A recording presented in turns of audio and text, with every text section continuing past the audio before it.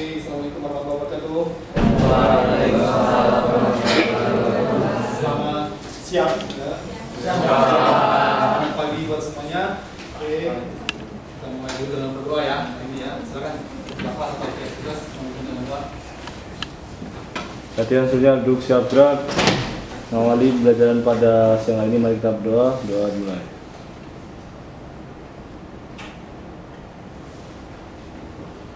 Berdoa cukup, istirahat tempat gerak. Selamat siang. Oke, selamat siang semuanya ya. Welcome back to akuntansi manajemen ya. Sudah apa namanya? Berapa hari kemarin? Libur lumayan ya. Oke, bentar ya.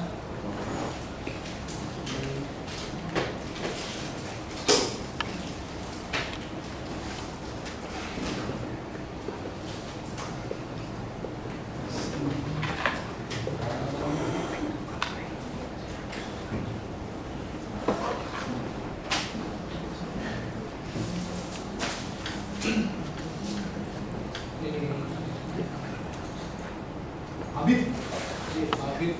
Oke. Oh, ada dua ya, Habib Janu. Habib Janu tadi ya. Habib Raditya hadir. Oke. Iska. Oke. Akmal. Oke, Akmal. Amelia. Oke, Amelia. Ada Silo sama. Christine. Citra. Oke, Deviari. Devira ya, Devira. Lebih bagus. Ini saya ya.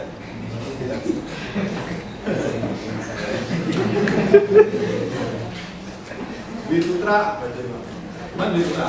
Saya. Elizabeth. Fadila. Faradila. Lutfi. Hekal. Farhan. Hadir, Pak. Gibran. Hadir. Marcelo ya, bukan ya. Rafif. Oke. Rifki. Ruth Gracia. Sivana. Oke, Sivana. Tarani ya, benar ya. Tarani. Firsila. Oke, Firsila sama Yuni. Oke, ada semua ya. Oke, mantap. Oke.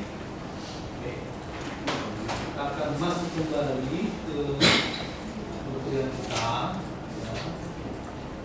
Sebelumnya kita perkenalkan dulu ya terkait dengan mata kuliah ini ya.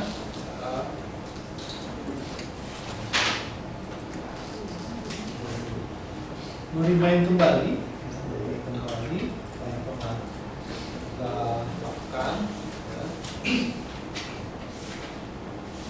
Jadi ya,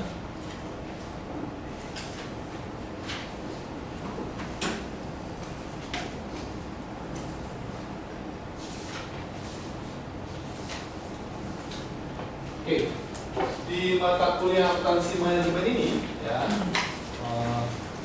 nanti ada kemampuan ya, kemampuan yang akan kalian ini dulu apa namanya, deskripsi dulu ya, deskripsi dari mata kuliah ini ya. Kira-kira mata kuliah ini akan mempelajari terkait dengan konsep dasar akuntansi manajemen ya. Kemudian nanti bagaimana menggunakan biaya produk ya. Kemudian nanti penting juga nih planning and controlling ya. Kemudian juga nanti ada proses bagaimana dari planning and controlling itu pengambilan keputusan ya dengan berbagai situasi ya, situasi.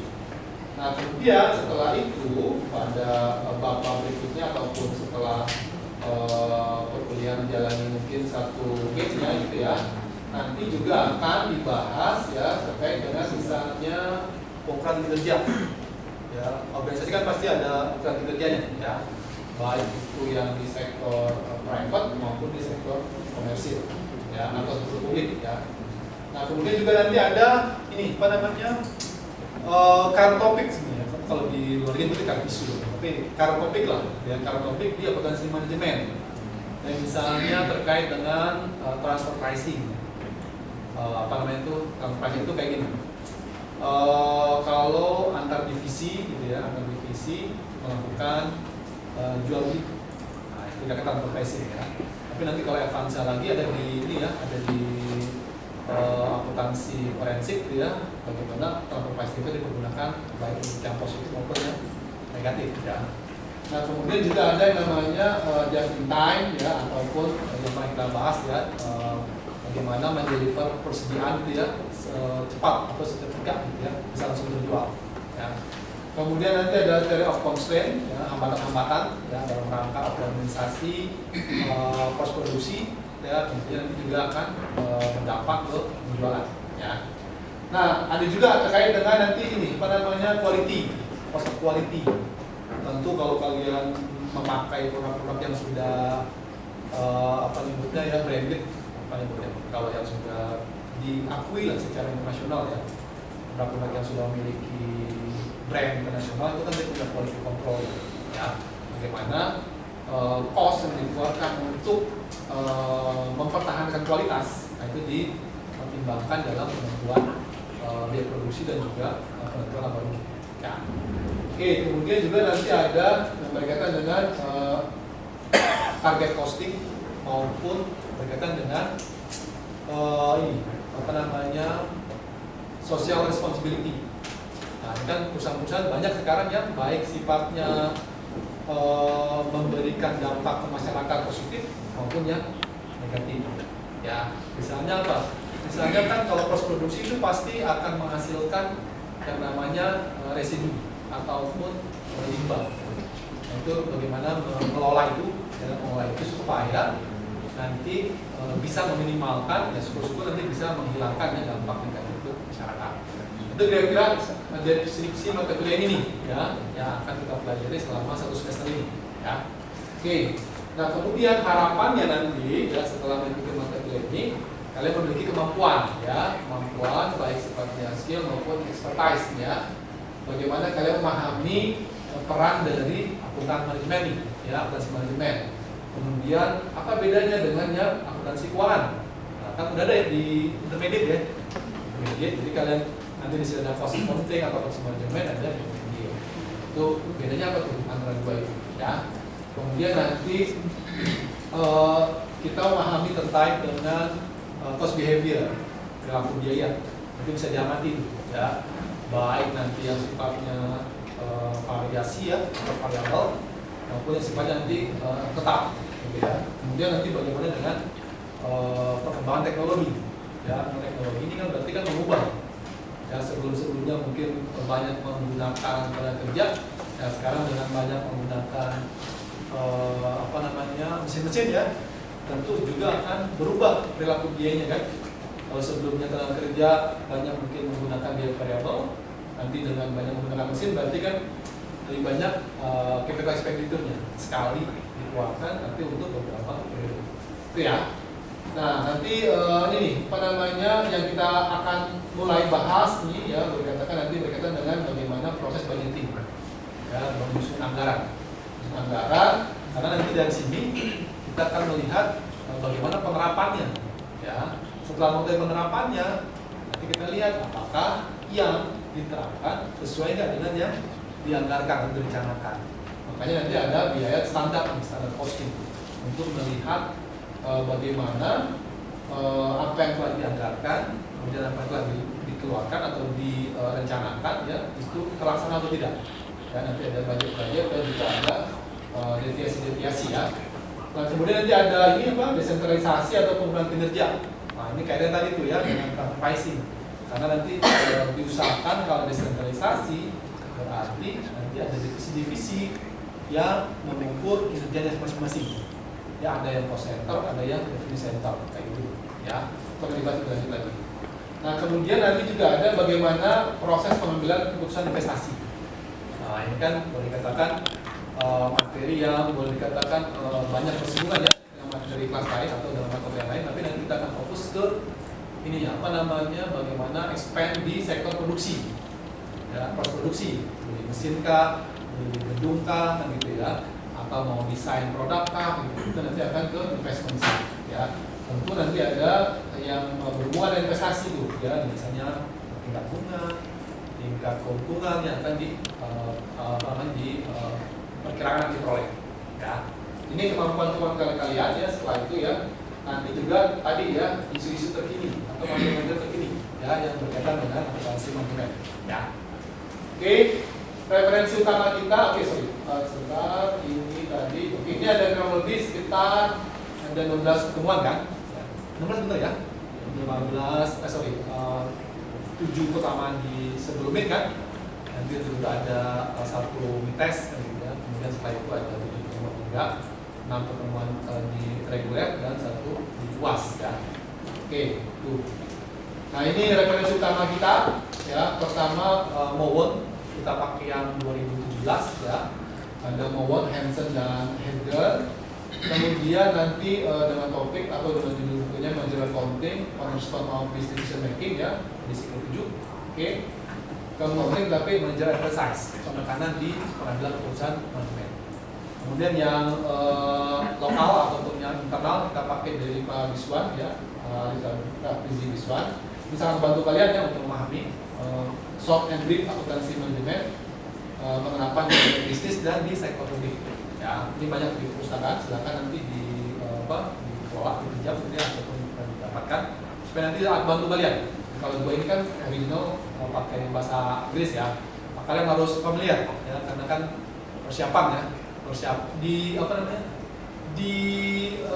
dibiasakan ya membaca-baca seperti ini supaya nanti kalau kuliah di luar negeri gitu ya sudah terbiasa baca buku yang sifatnya English version ya. Oke. Nah kemudian ininya bagaimana metode pembelajarannya, tentu nanti dosennya akan memberikan materi dulu ya sekitar setengah jam atau sampai 2 jam lah kurang lebih gitu ya. Nanti kalian bisa seperti yang kita lakukan ya, ada discussion ya, discussion mungkin bisa 2 orang, 3 orang, 4 orang, silakan sesuaikan dengan kondisinya ya.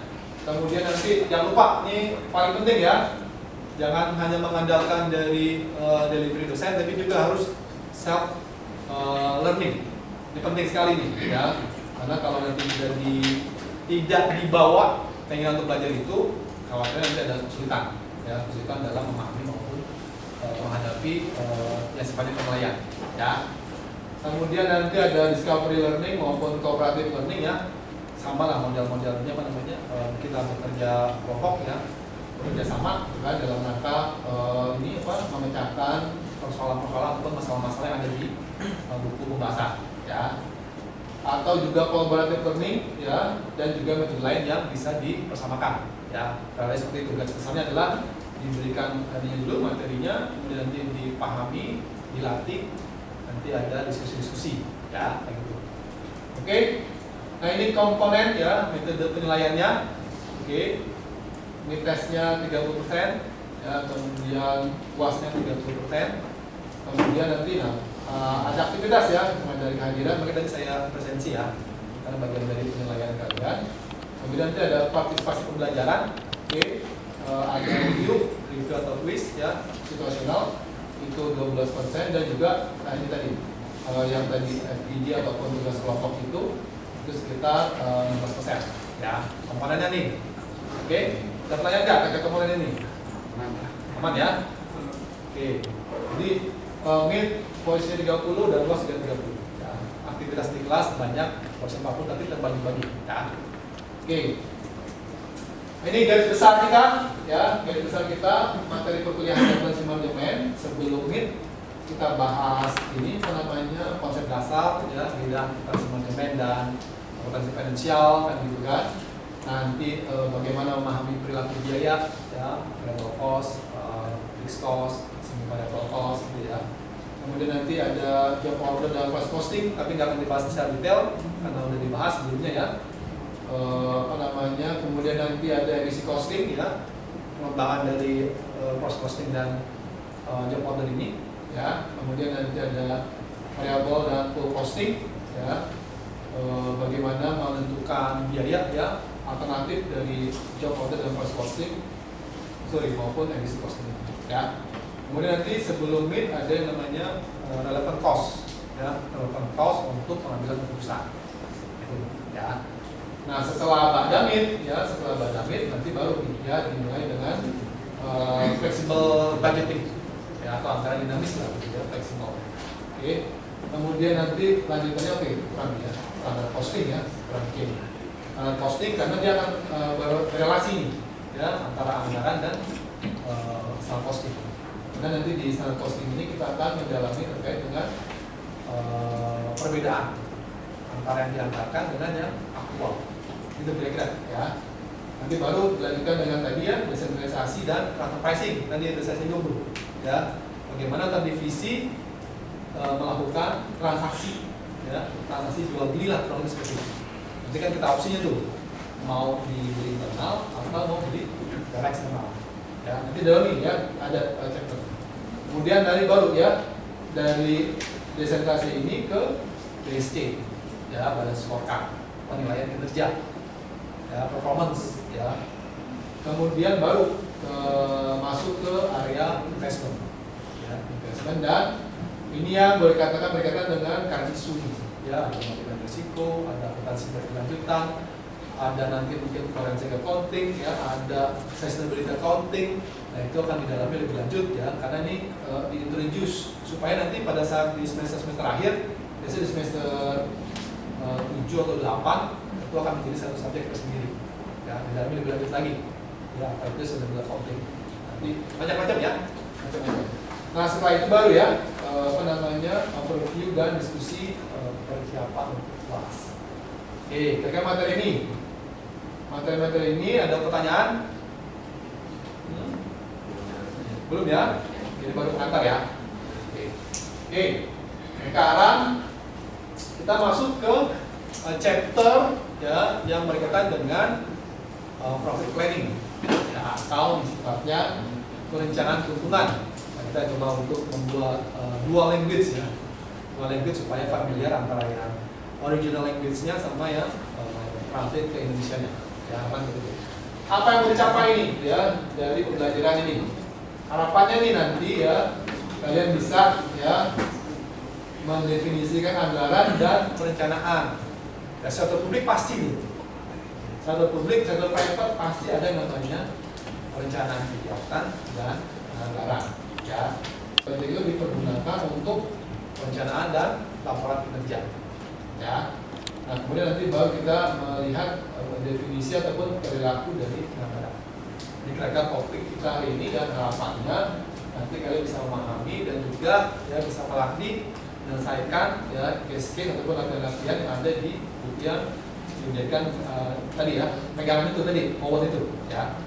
Oke, sekarang bicara terkait dengan anggaran dulu ya, anggaran ataupun kegiatan. Ini biasanya yang ini nih, yang aktif di organisasi. Apa aja dalam organisasi? Ayo Dino, kira-kira apa yang ada di pikiran kamu nih terkait dengan anggaran? Ya, karena kan biasa kalau organisasi itu apa nyebutnya kayaknya suatu hal yang melekat ya. Mereka apa nih?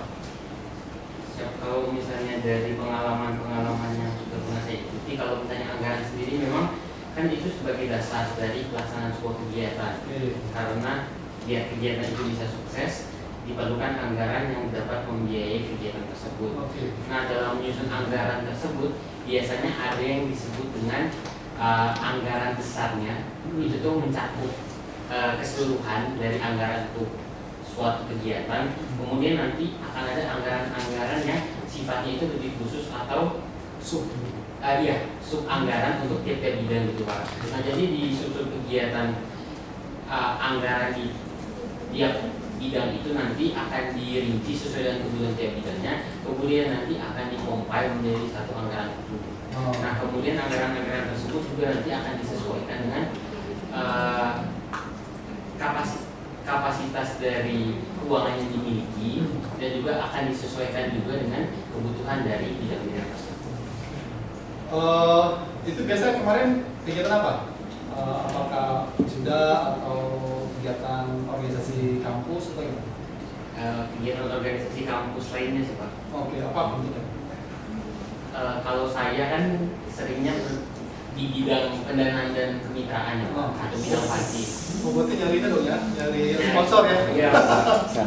Jadi kalau misalnya kita biasanya di bidang pendanaan dan kemitraan, kurang lebih itu nanti anggaran-anggaran yang dibuat itu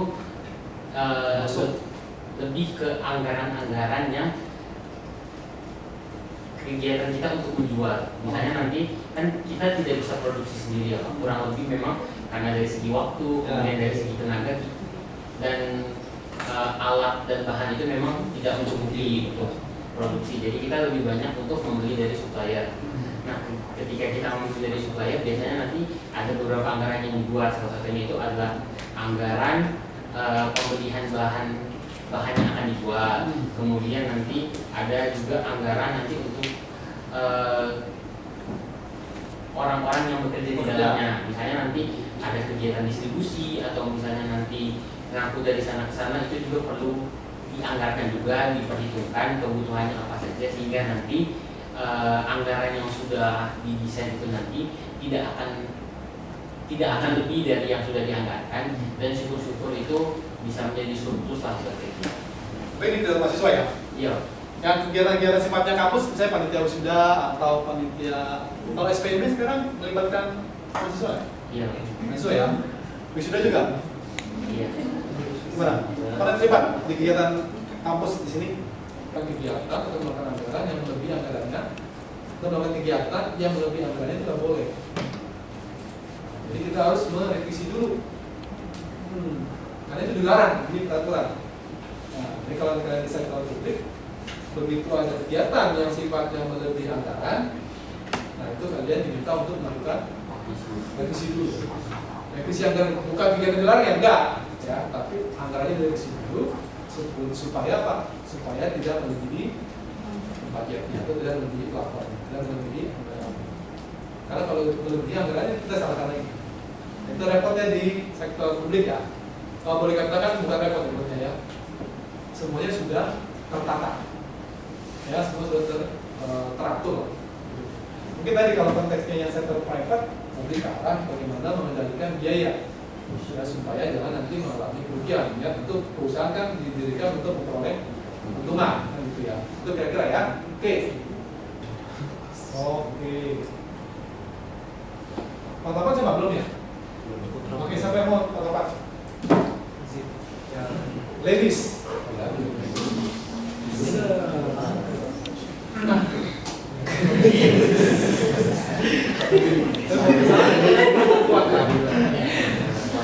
Kuat.